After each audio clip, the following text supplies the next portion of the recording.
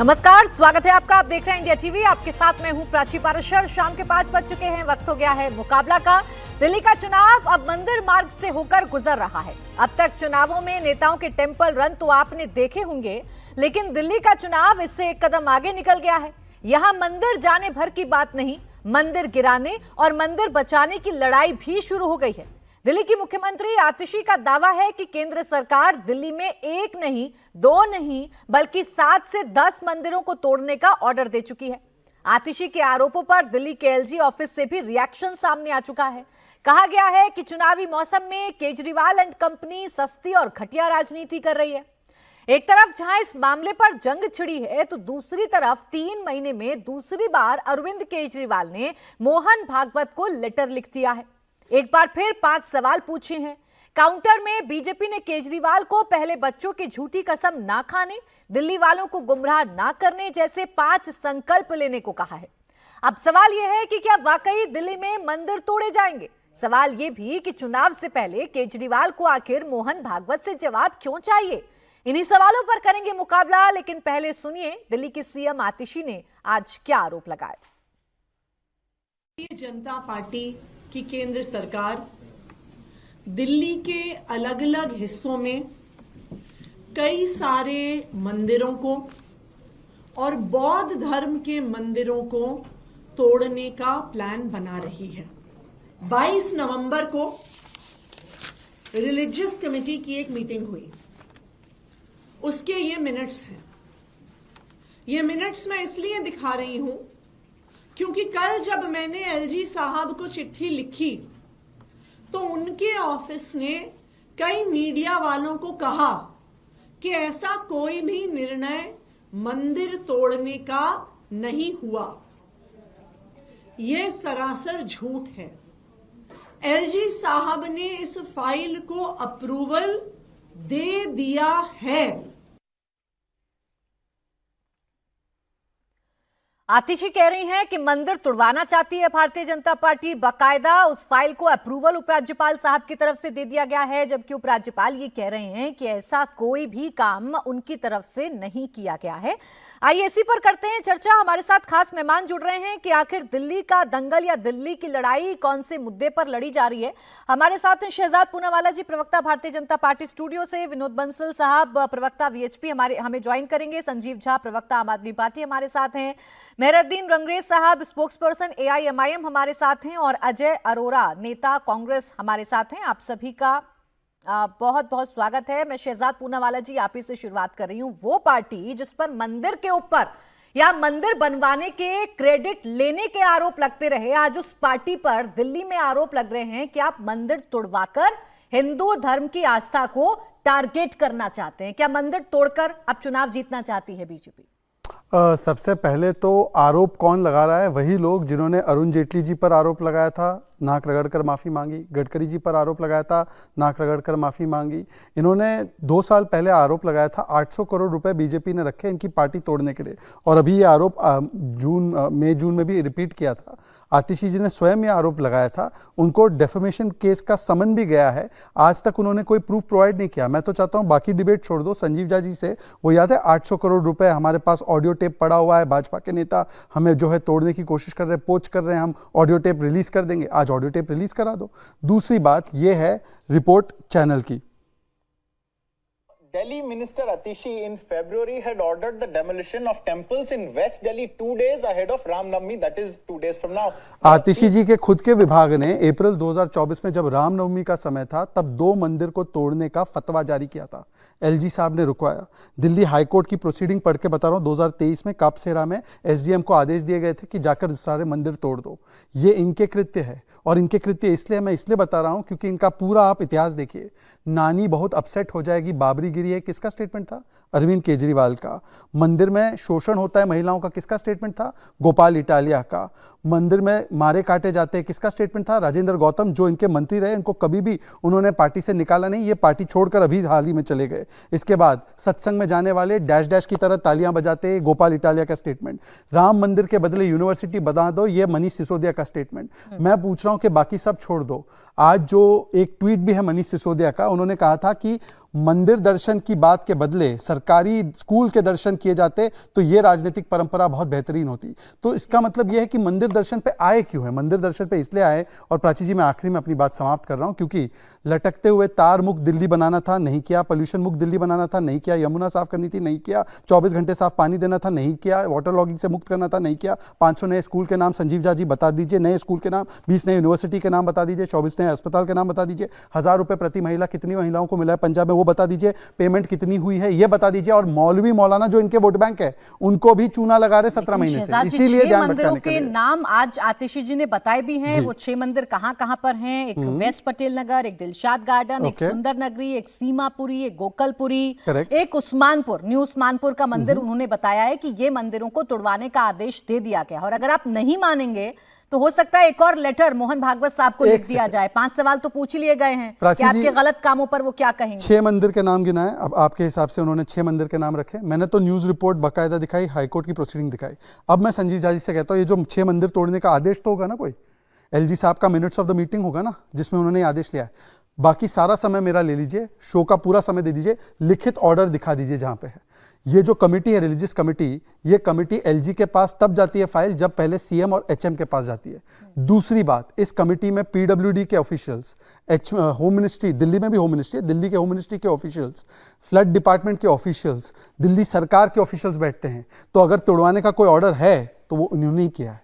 नहीं, आपकी शिकायत अब नागपुर तक जाएगी ना। अच्छा, 2 लेटर लिख चुके हैं बैक टू बैक। एक लेटर सितंबर में लिखा था जहां ईडी सीबीआई की शिकायत की थी, और एक लेटर उन्होंने अब लिखा है जहां कह रहे हैं कि आप पैसे बांटकर वोट खरीद रहे हैं। आपके गलत कामों का क्या मोहन भागवत सपोर्ट करते हैं या नहीं करते हैं? अब नागपुर से उम्मीदें हैं उनको, एक और शिकायत चली जाएगी, अब मंदिर तुड़वा रहे हैं। देखिए, मुझे तो लगता है कि नागपुर पहुंचने से पहले उनको वो उस अन्ना के गांव में पहुंचना चाहिए जिनकी उंगली पकड़ के ये लोग राजनीति में आए, और इनके ही जो गुरु है, जो गुरु है, उनके बारे में सुनिए।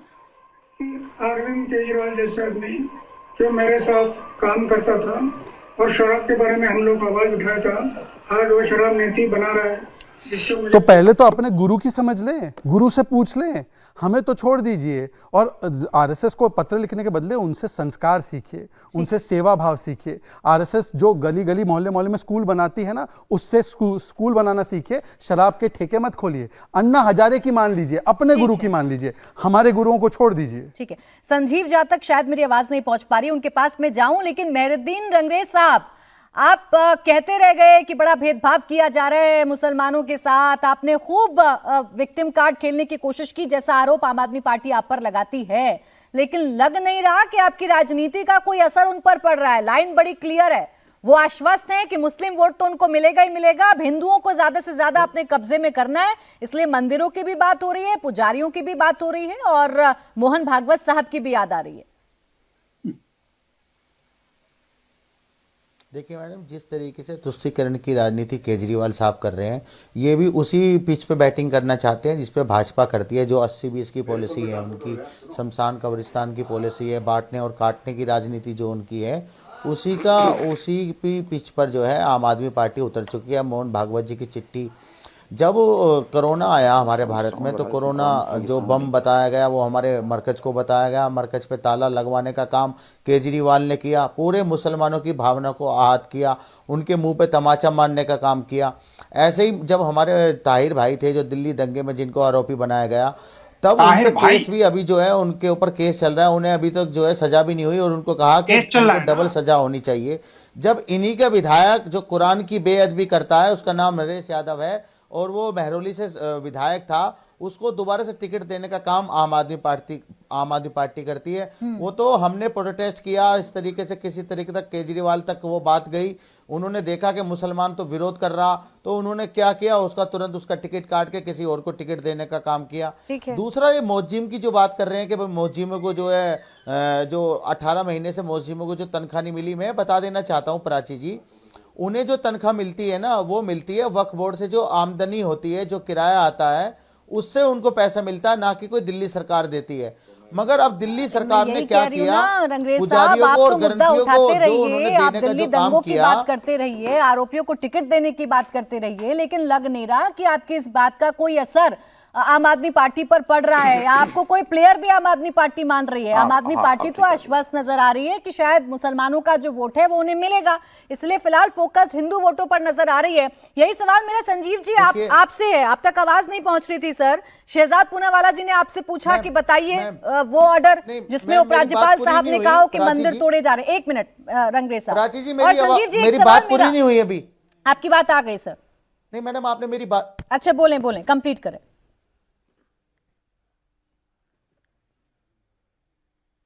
बोले रंगरेज जी, बोलें। राजनीति बीजेपी लगातार करती थी। अब मंदिरों को तोड़ने की जो, देखिए मैं ये कह रहा हूं, ये ना बीजेपी का मुद्दा है ना ये आम आदमी पार्टी का। ये कमेटी बनाई गई थी एलजी के नेतृत्व में, जिसमें सारे मजार तोड़ दिए गए, मगर मस्जिदों, अभी तक जितने भी हिंदू मंदिर थे उनको नहीं तोड़ा गया। तो इंसाफ तो फिर तो इंसाफ होना चाहिए। जब दरगाह हट सकती है तो फिर मंदिर भी हटने चाहिए। तो अच्छा चलें, तो ठीक। बिल्कुल सही है, एलजी साहब का सही कर रहे हैं आप लोग। फिर तो अभी तक जो आरोप आप बीजेपी पर लगाते रहे, एक मिनट रंगरेज जी आपकी बात आ गई, पूरा समय दे दिया मैंने। अब मुझे संजीव जी से बात करने दीजिए। संजीव जी, सेलेक्टिव पॉलिटिक्स कर रहे हैं आप लोग, पार्टी विद डिफरेंस की बात करने वाले भारतीय जनता पार्टी की पिच पर आकर एक तो बैटिंग करने की कोशिश कर रहे हैं, और दूसरा ये कि नागपुर तो बहाना है, दिल्ली विधानसभा चुनावों के मुद्दों को भटकाना है। ये आरोप अब आप लोगों पर लग रहे हैं।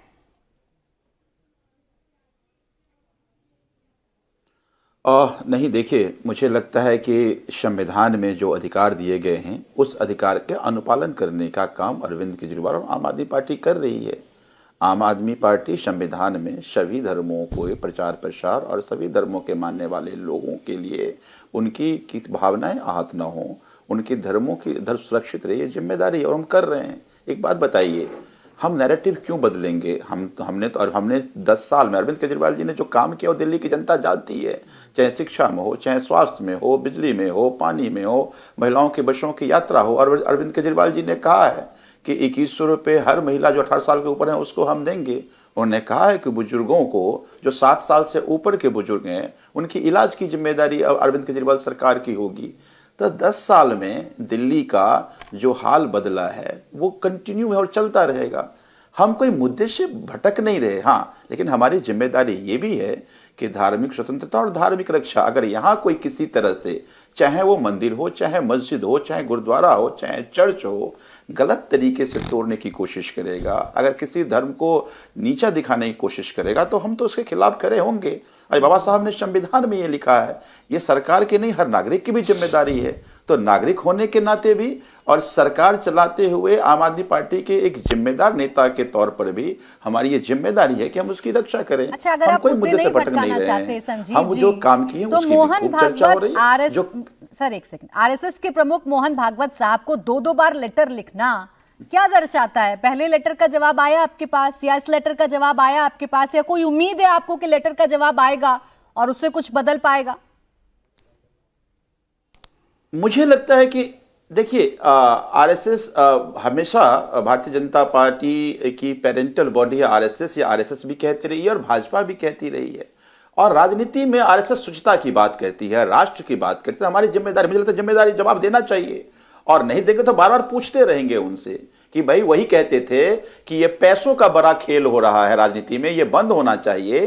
तो जो भारतीय जनता पार्टी अब पैसों का खेल खेल रही है, क्या उससे आरएसएस सहमत है या संचालक सहमत है? जिस तरह से दिल्ली में पूर्वांचलियों के वोट काटे जा रहे हैं, पर उम्मीद, जिस तरह से पूर्वांचल के रोहिंग्या कहे जा रहे हैं, आप यकीन करेंगे मोहन भागवत साहब पर, आप यकीन करेंगे आरएसएस पर, बात भरोसे की नहीं है, सरकार पर नहीं करेंगे। सर, लेटर लिखना, बार बार 5-5 सवाल पूछना, कभी ईडी सीबीआई को लेकर पूछना, कभी दिल्ली चुनावों को लेकर पूछना, तो यही दर्शाता है ना कि आपको आस्था जाग गई है एकाएक नागपुर से, या फिर सिर्फ मुद्दे भटकाने वाली बात है?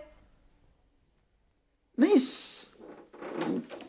अगर कोई भी व्यक्ति या कोई भी संस्था राष्ट्र की बात करेगा, राजनीति में शुचिता की बात करेगा, और अगर शुचिता नहीं हो रही है तो सवाल तो पूछना बनता है ना।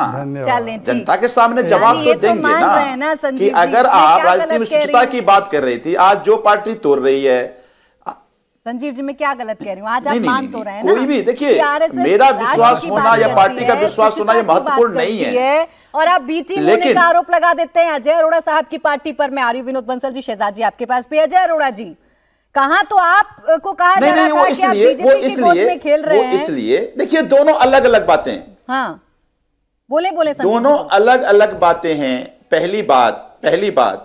पहली बात कि भारतीय जनता पार्टी अब विश्व की सबसे बड़ी पार्टी अपने आप को कहती है, और भारतीय जनता पार्टी कहती है कि हमारी पेरेंटल बॉडी आरएसएस है, और आरएसएस राजनीति में स्वच्छता की बात कहती है। राजनीति कहती है वो कि पैसे का खेल बंद होना चाहिए। जिस तरह से पूर्वांचलियों के वोट काटे जा रहे हैं, उसको रोहिंग्या कहे जा रहे हैं, क्या उससे सहमत है सब आप? भाई अगर विश्व की सबसे बड़ी पार्टी की पेरेंटल बॉडी से हम पूछना चाह रहे हैं, जिम्मेदारी की उम्मीद होती है, तभी खत लिखा जाता है देश के प्राइम मिनिस्टर को या किसी भी राज्य के मुख्यमंत्री को या किसी भी पद पर बैठे हुए व्यक्ति को, तभी तो लेटर लिखा जाता है ना, जब हमें उम्मीद होती है कि कोई जवाब आएगा। बेउम्मीद अगर लेटर लिख रहे हैं तो नागपुर बहाना है संजीव जी। समय आ गया है,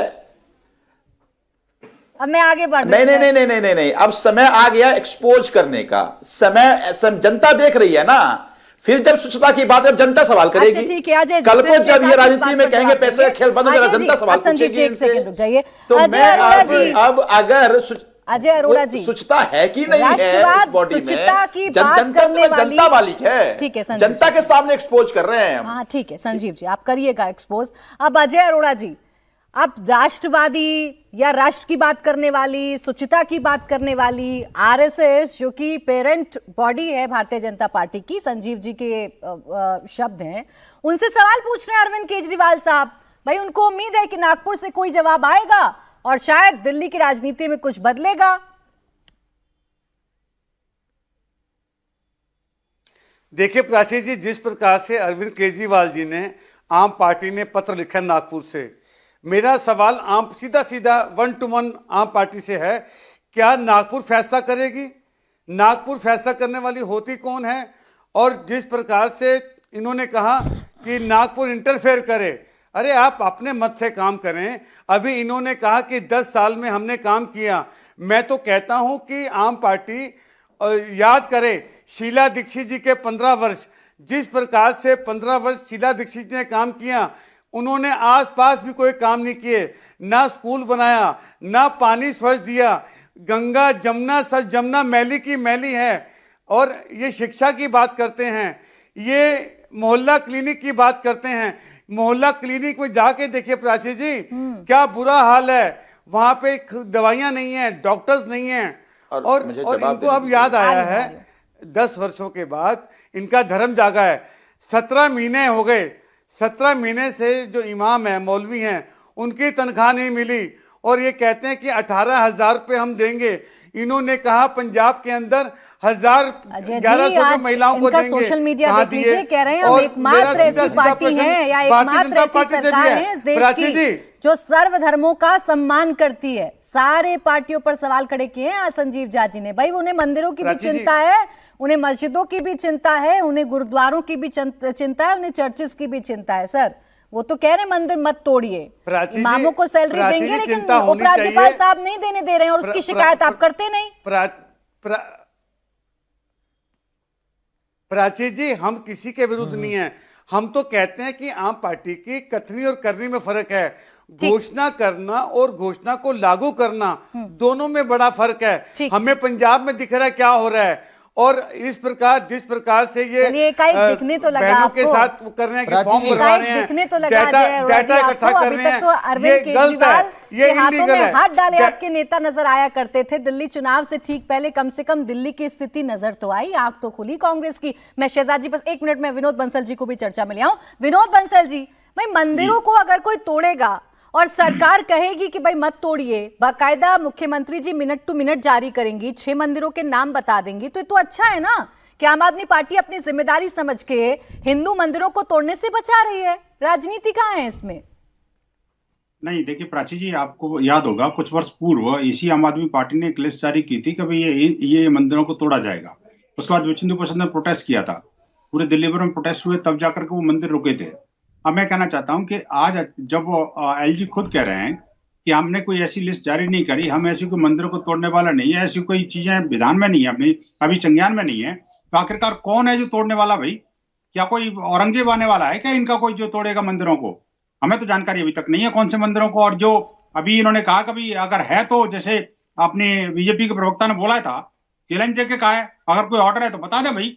बेकार में जो है देखो दिल्ली को दंगाई दिल्ली बनाने की कोशिश क्यों की जा रही है, एक बात।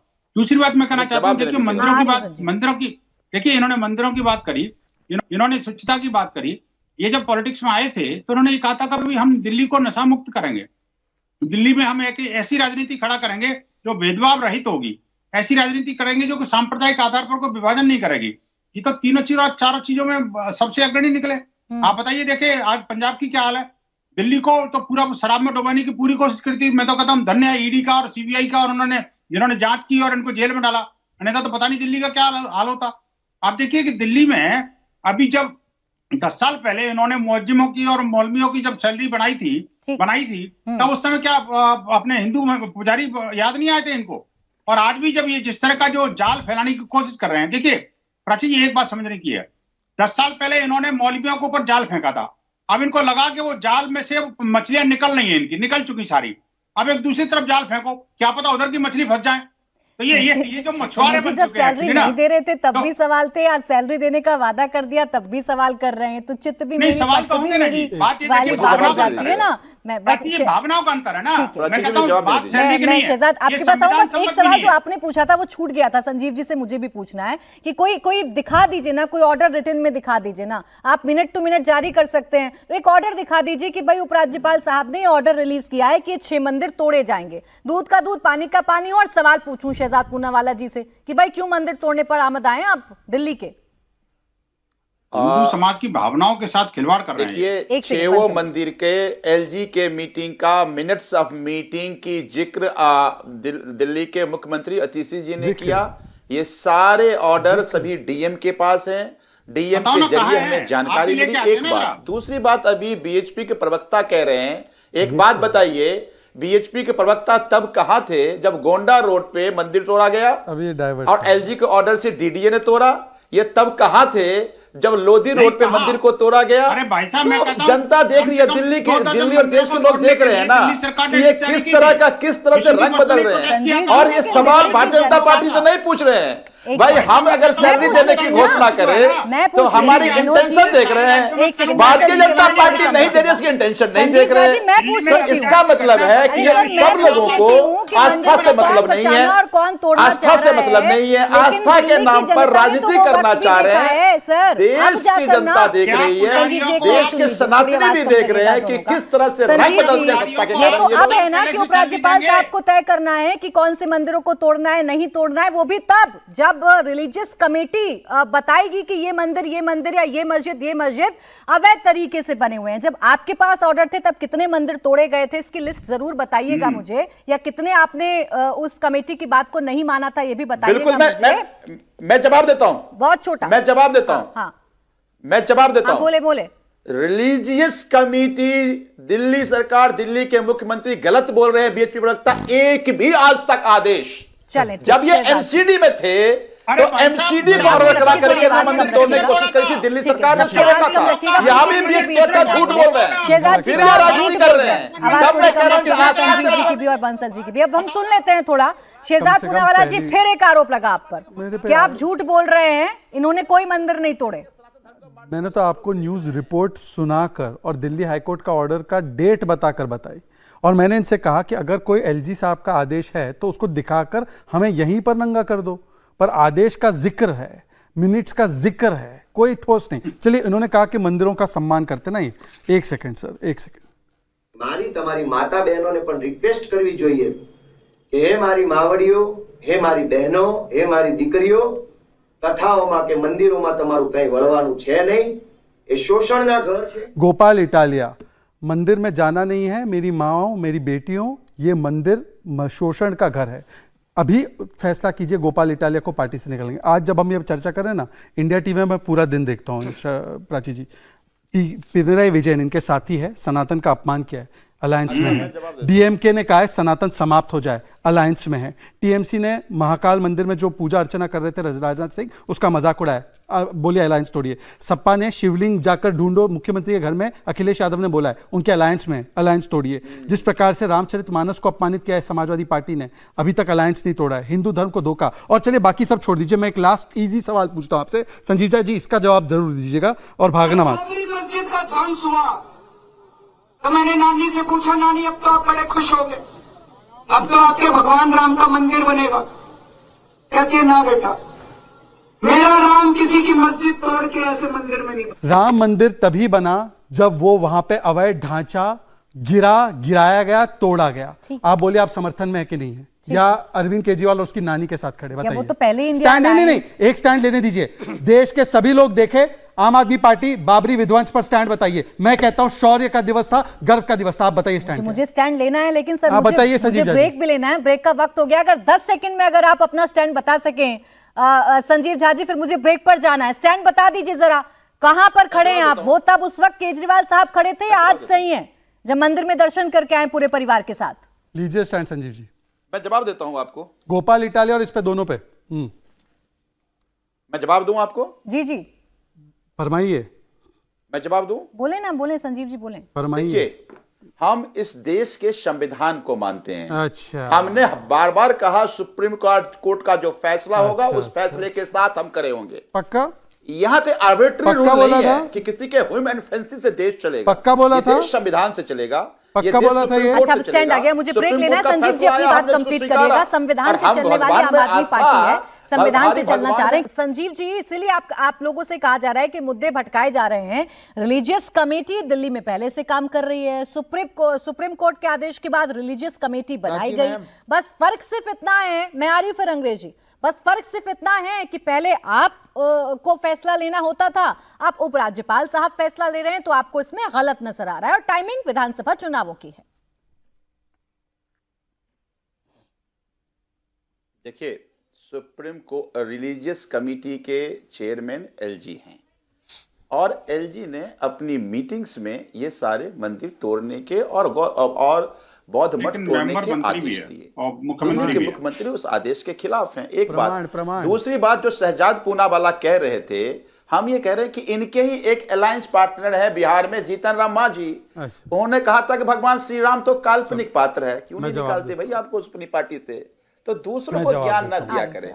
इन्हीं के पार्टी यूपी के एक बड़े नेता इनके बीजेपी के बारे में क्या नहीं कहा था। आपको भी तो विरोध करना चाहिए। तो मुझे लगता है कि आज हमने दिल्ली में पुजारियों को 18,000 रुपए देने की घोषणा किया है। शहजाद पूनावाला बताएं, 20 स्टेट में इनकी सरकार है, किस स्टेट में ये घोषणा करेंगे? करें ना भाई, आपकी तो अरबों खरबों की सरकार है, डबल इंजन की सरकार है। घोषणा हमें गाली दे रहे हो और बीएचपी प्रवक्ता उसके साथ खड़े हैं। अरे आपकी तो जिम्मेदारी थी कि जो अगर धर्म के प्रचार प्रसार का काम कर रहा है, अगर सभी धर्मों का सम्मान कर रहा है, साथ खड़े होना चाहिए। तो ये इधर की बात न कर, ये बता बीजेपी पर तो संजीव जी तो हम आपकी 20 राज्यों में सरकार थोड़ा सुन लेते हैं। आप भी बोलेंगे, मैं भी बोलूंगी, चर्चा नहीं हो पाएगी। भाई बीजेपी पर तो आपने आरोप लगा दिया कि ये हिंदू आस्था का सम्मान नहीं करते, हिंदू मंदिरों को तोड़ना चाहते हैं। अब ये कार्रवाई करें ना करें अपने मंत्री पर, क्या ही फर्क पड़ता है? इनका चेहरा तो आप जनता के सामने रख ही रहे हैं कि भाई ये तो हिंदू विरोधी हैं, लेकिन आप तो है ना जो सब धर्मों का सम्मान करते हैं। तो उस वक्त कहां चला जाता है स्टैंड, जब हिंदू धर्म या सनातन धर्म पर बड़ी बड़ी बातें कही जाती हैं, डेंगू मलेरिया से कंपैरिजन कर दिया जाता है संजीव जी, तब कहां जाता है ये स्टैंड? देखिए, नारायण गुरु जी को उन्होंने हिंदू धर्म बंसल जी बोलने दीजिए, एक बार बोलने दीजिए। हाँ, कि ये संवैधानिक अधिकार दिया है, आप इनको चुप करा दीजिए, फिर मैं बोलूंगा। करा दिया सर, बोलिए। बीजेपी की मुखालफत कर रहे हैं, बोले ना, बोले। एक बात बताइए कि हमें संविधान में हमें ये अधिकार दिया है कि सभी धर्मों का सम्मान करना है। अच्छा। और कहीं भी किसी भी धर्म के साथ भेदभाव होगा तो हम उसके खिलाफ खड़े होंगे, और हम खड़े हुए। तो क्या 10 साल अब बार बार मैं एक सवाल इनसे पूछ रहा हूँ कि हमने दिल्ली के मंदिरों में पुजारियों को 18,000 रुपया देने की घोषणा करी है। 20 राज्य में भारतीय जनता पार्टी की सरकार है, बाकी सारे बहुत खराब थे, हम बहुत गलत हैं, हम धर्म विरोधी हैं, सब मान लिया। आप बताओ 20 राज्य में सरकार है, आप किस राज्य में दोगे? एक ही राज्य का नाम बता दीजिए। और बीएचपी प्रवक्ता को पूछिए, जरा भाजपा से पूछे कि भाई केजरीवाल ने घोषणा करी है, क्या तुम भी घोषणा करोगे? 2 सवाल थे। एक सवाल ये कि उपराज्यपाल साहब की मीटिंग का आदेश मुझे दिखा दीजिए ताकि मेरे पास क्लियरिटी हो, मैं सवाल पूछ सकूं भारतीय जनता पार्टी से। और दूसरा ये, जब सनातन पर बड़े बड़े शब्द कहे जाते हैं, अपमानित किया जाता है, तब स्टैंड क्यों नहीं लेते आपके नेता? ये मेरा सवाल था। अब शहजाद जी, उल्टा आप पर आरोप है ना, संजीव जी कह रहे हैं भाई आप क्यों सवाल पूछेंगे? झांक कर देखिए ना अपनी बात में। मैं रोक दूंगी सर, आप अपनी बात, मैं पहले सवाल पूछ लूं। Sanjeev ji 1 minute, Sanjeev ji 1 minute. अरे भाई ये मेरी बारी है। संजीव जी ना, मैं ये आवाज थोड़ी कम कर लीजिए, आवाज कम कर दीजिए। देखिए, इस डिबेट में 2 फॉर्मेट आपने देखे। एक व्यक्ति वो है जो अनर्गल आरोप लगा रहा है बिना प्रमाण के, और एक व्यक्ति वो है जो तथ्यों के साथ डॉक्यूमेंट्री एविडेंस या वीडियो एविडेंस सुना रहा है। मैंने गोपाल इटालिया का बयान सुनाया, मैंने अलायंस पार्टनर्स का बयान कोट किया पॉइंट टू पॉइंट। आज का बयान है डीएमके पिनराई विजयन का। देखिए बीच में अब इंटरप्ट करवाया जा रहा है, अब इंटरप्ट करवाया जा रहा है। और मैंने सिर्फ एक ही बात इनसे कही कि चलिए नवंबर 2022 का ये ऑर्डर था, ये कह रहे नवंबर 2022 से लेकर अब तक ये सो रहे थे। नवंबर 2024 से लेकर अब तक सो रहे थे, एक धरना नहीं किया। हिंदुओं में आस्था आज जागी, अभी जागी, और अभी भी मिनट ऑफ द मीटिंग या आदेश नहीं दिखा पा रहे। और मैं कह रहा हूं कि आप सरकार में साहब अनाउंसमेंट क्यों कर रहे? दे दीजिए पुजारियों को और ग्रंथियों को न केवल 18,000 रुपए बल्कि 10 साल से मौलवियों की जेब भर रहे हैं ना, उतना पूरा कैलकुलेट करके दीजिए। हर साल आपने इमामों को 80 करोड़ रुपए दिया है। सुन लीजिए, हर साल इन लोगों ने इमामों की जेबों में 80 करोड़ डाला है, और अब वक्त आने पर घोषणा कर रहे हैं पंडितों के लिए और पुजारियों के लिए और ग्रंथियों के लिए। और पंजाब के ग्रंथियों को क्या हुआ है? वहां पर 1,000 रुपया महिलाओं का क्या हुआ है? मैं अभी चुनौती देता हूं संजीव झा, आदेश निकालिए और बोलिए कि हम 10 साल का बकाया अभी ट्रांसफर कर रहे हैं। पुजारियों की अगर आपकी रिस्पेक्ट है तो अभी ट्रांसफर कीजिए, अभी हिस्सों में। घोषणा कर रहे हैं, वैसे तो योजना पर चर्चा कर चुकी हूं, लेकिन फिर आपसे सवाल पूछ लेती हूं। अगर उन्हें आज भी घोषणा कर दी, उनको उम्मीद है उनकी सरकार आएगी, वो पुजारियों ग्रंथियों को देंगे सम्मान निधि, वो देंगे उनको सैलरी, तो आपत्ति क्या है? अच्छा मैं बताता हूं फिर आ रही हूं। एक सेकंड, ये मानते कि ये कदम सही, सुन लीजिए ना, सुनिए, ये कदम सही है मानते हैं ना। कबीर का तो दोहा है ना, जो कल करे सो आज कर, जो आज करे सो अब तो सरकार है, कल हो ना हो तो कर दो। प्राची जी इतना अच्छा काम है, क्यों देर? आज तो इनके ग्रेगोरियन कैलेंडर का पहला दिन भी है, ग्रेगोरियन कैलेंडर के हिसाब से कर दो। 10 साल का डाल दो, 10 साल का डाल। ये केजरीवाल डालना नहीं चाहता, ये केजरीवाल इमामों को तो देता है पर केजरीवाल पुजारियों के खिलाफ है। देखे नहीं दे रहा है, संजीव जी नहीं दे पा रहे, 10 साल का नहीं दे पा रहे। पुजारी लोग देख लीजिए, ग्रंथियों देख लो, इमामों को तो 80 करोड़ रुपया दिया, ये नहीं देना चाहते पुजारियों को। अच्छा ठीक है संजीव जी, चाहे आपका पुजारियों वाला मुद्दा हो, चाहे महिला सम्मान निधि हो, चाहे संजीवनी योजना हो, चाहे हिंदू मंदिरों को तोड़ने वाली आपकी ये बात हो कि बीजेपी तोड़ना चाह रही है, ये सारे मुद्दे लग रहा है कि आप सिर्फ मौजूदा मुद्दों से ध्यान भटकाने के लिए आप सिर्फ उसे फ्लोर पर ला रहे हैं, या उसे सिर्फ आप स्प्रेड कर रहे हैं कि इस पर चर्चा हो, कामों पर कोई चर्चा ना कर पाए। आज की बात हुई है, पुराना फितरत है ये तो। अच्छा, एक प्राची जी मुझे 2 मिनट का टाइम दीजिएगा। हाँ, बोले ना बोले। एक बात बताइए, फिर आ रही हूं। मैं विधानसभा का सदस्य भी हूं, तीसरी बार के विधायक हूं। हमने अपने विधानसभा में 2,000 करोड़ रुपए महिला सम्मान योजना में 1,000 रुपए के हिसाब से कराया था। अरविंद जी को उन्होंने जेल में भेज दिया। अब जब कैबिनेट डिसीजन हमारा हो गया, उसके बाद इनके अधिकारी ने कहा कि नहीं, चुनाव के बाद इंप्लीमेंट करेंगे। हमने कहा है कि 1,100 रुपए और ऐड करके 2,100 रुपया देंगे। तो ये तो प्रोग्रेसिव काम है ना। हम इनसे बार बार पूछ रहे हैं कि 20 राज्यों में सरकार है आपकी, एक राज्य बता दो आप जिस राज्य में आप घोषणा करो ना, घोषणा बड़े हिमायती बनते हो। मैं बीएचपी प्रवक्ता को भी कहता हूं, एक बार पूछे कि भाई केजरीवाल जी ने घोषणा किया दिल्ली में, तुम एक राज्य में करके दिखाओ ना।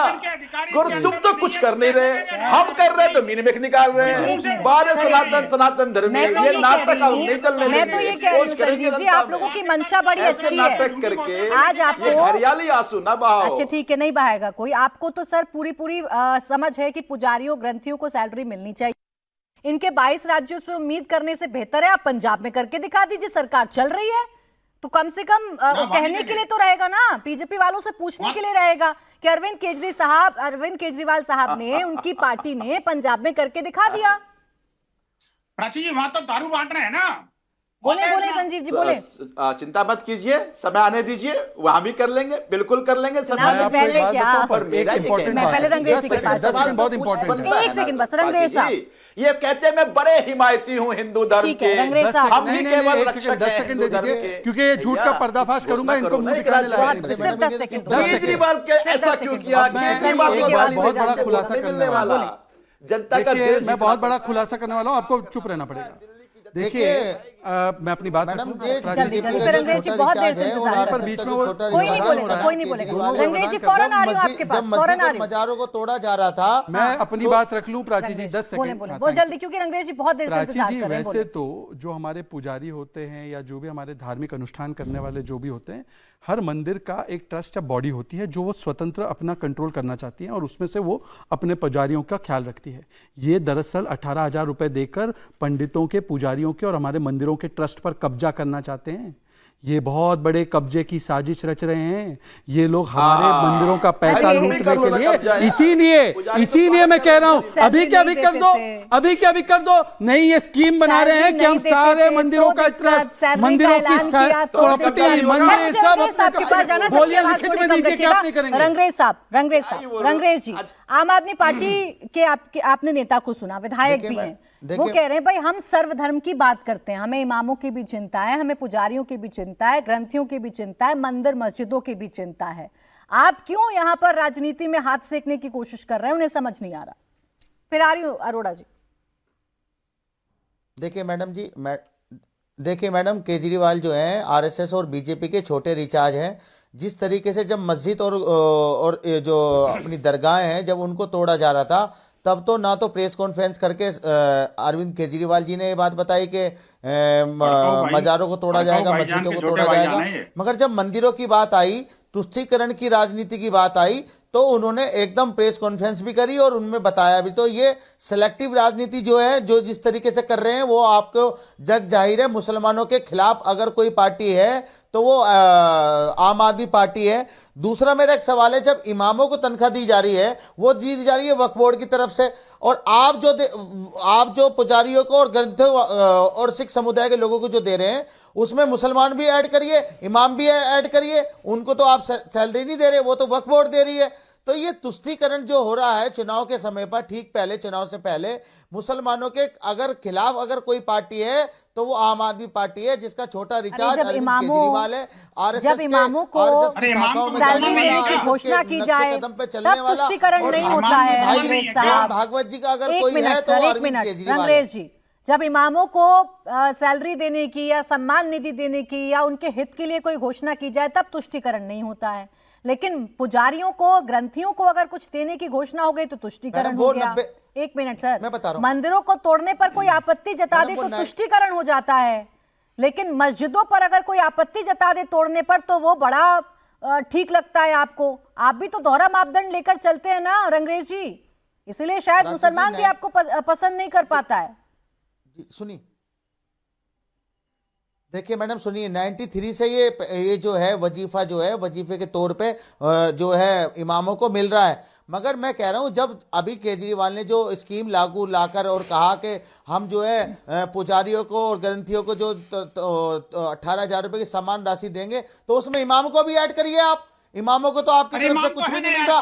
250 मस्जिदें हैं जिनको जो वक्फ बोर्ड की तरफ से 18,000 रुपए मिलते हैं, और मस्जिदें हैं हजारों, तो उनको भी मिलना चाहिए। तो ये क्या है, ये चुनाव के समय में चाल चरित्र चेहरा आम आदमी पार्टी का, बीजेपी का, आरएसएस का निकलकर सामने आ जवाब तो चुका है। संजीव जी को देना है सर, लेकिन रंगरेज जी आपकी बातों को सुनकर तो ऐसा ही लगता है ना, आपके चक्षु भी वहीं खुलते हैं जहां आपको पॉलिटिकल माइलेज नजर आता है या मुसलमान वाला शब्द आपको नजर आता है।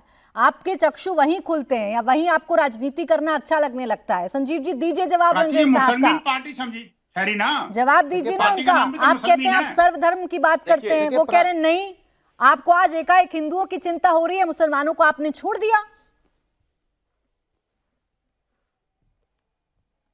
अब मुसलमानों ने इन दोनों को छोड़ दिया। वास्तव में तो ये राजनीति करनी है, अपनी बात करेंगे। इन्होंने ही कहा कि भाई हमने वजीफा जो मस्जिद में जो हैं उनको अभी हमने बढ़ाया था, जो मौलवी हैं उनका भी हमने बढ़ाया था। 10 साल से। आज मंदिर में जो पुजारी है, मुझे अरे लगता है सर, उनको आपने भी नहीं मिलना बढ़ाया। चाहिए। ये वो मान तो पुजारी वक्फ की बोर्ड की बिल्कुल तरफ से जायज है, मिल रहा हम था उनका भी उनको। कर रहे हैं, हम ग्रंथी का भी कर रहे वक्फ हैं। बोर्ड की संपत्ति तो कोई आपके बाप की हमने- प्रॉपर्टी थोड़ी हमने- है, अरे अरविंद वक्फ केजरीवाल बोर्ड के भी बाप की सरकार का ही संपत्ति है। हिस्सा है, कुछ भी। अच्छा। तो अगर मान लीजिए वक्फ अरे बोर्ड ही सर, दे रहे हैं, सुनिए, सरकार वक्फ बोर्ड देगी, अरे क्योंकि सुनिए मेरी पूजा बात। करने वाले सभी सुनिए, आपने पुजारी को मिलना आपने चाहिए, जो चाहे वो जो गुरुद्वारे आपके में पास पूजा बजट करें, आता है, चाहे वो उसमें से क्या मस्जिद में पैसे पूजा लिए करें, अंग्रेज जी, चाहे वो एक मंदिर में मिनट, पूजा आप करें। रखिए, आप हमारा ये मानना आवाज कम है रखिएगा, और रंजीत हमने जी। सबको बराबर जो संविधान में अधिकार दिया, सबको बराबर हमने दिया।